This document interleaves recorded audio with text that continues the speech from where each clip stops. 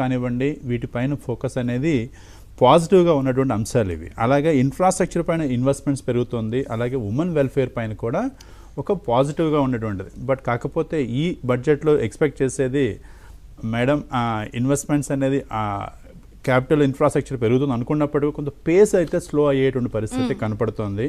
అలాగే at the same time physical deficit కూడా next ఇయర్కి మనకు కొంత కంట్రోల్లోకి వస్తుంది అనేటువంటి ఒక ఆలోచనతో బడ్జెట్.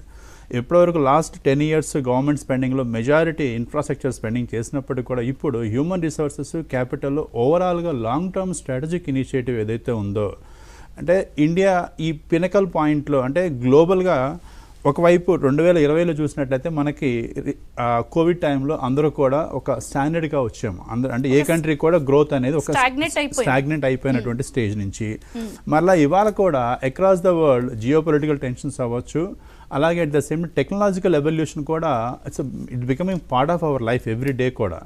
సో దీన్ని మనం ఎవరు ముందుగా అందిపుచ్చుకుంటారు అంటే ఆ ముందుగా అందిపుచ్చుకునే వాళ్ళు దానికి ఇన్ఫ్రాస్ట్రక్చర్కి దానికి పెద్దపీట వేసి అలాగే రిసోర్సెస్ తయారు చేసుకోవాల్సిన అవసరం ఉంది. కాబట్టి కొంత పబ్లిక్ రిసోర్సెస్ ఈ ట్రైనింగ్స్ అలాగే అన్ని సెక్టార్స్ని కూడా కొంత ఎంపవర్మెంట్ అనే సెగ్మెంట్ అనేది ఉండదు.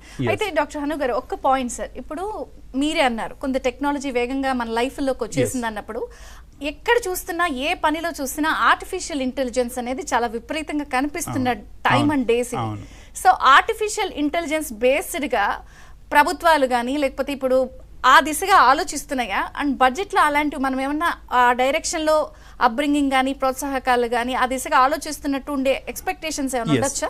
అగ్రికల్చర్లో చూసినట్టయితే ఇవాళ ఇప్పుడు మీరు ఇన్ఫ్రాస్ట్రక్చర్లో ఒకప్పుడు cold storage food processing units అనేవి సెంట్రల్గా ఉండేవి, ఒక మేజర్ సిటీస్లో ఉండే దగ్గర నుంచి ఇవాళ అంటే మండలాల లెవెల్ వరకు కూడా కొన్ని డిస్ట్రిబ్యూట్ చేస్తూ ఎక్కడికక్కడ ఫుడ్ ప్రాసెసింగ్ యూనిట్స్ పెట్టాలి అనేది గవర్నమెంట్.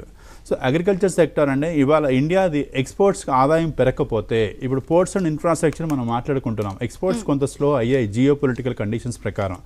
అయినప్పటికీ కూడా ఈ పోర్ట్స్ అండ్ ఇన్ఫ్రాస్ట్రక్చర్ పెరగకపోతే మనకి ఎక్స్పోర్ట్స్ పెరగకపోతే మనం అనుకున్నటువంటి ఎకానమీ ఆఫ్ స్కేల్కి మనం రీచ్ అవ్వము. ఇవాళ మనం ఇప్పటికి కూడా మనం $3 trillion నుంచి మనం 2029కి ఏదైతే 49కి ఏదైతే ప్లానింగ్ నెక్స్ట్ 25 yearsకి ప్లానింగ్ చేసుకుంటున్నామో ఈ స్ట్రాటజిక్ ఇనిషియేటివ్స్ అనేది బడ్జెట్లో కూడా ప్రస్ఫుటంగా కనిపించేటువంటి అవకాశం ఉందండి.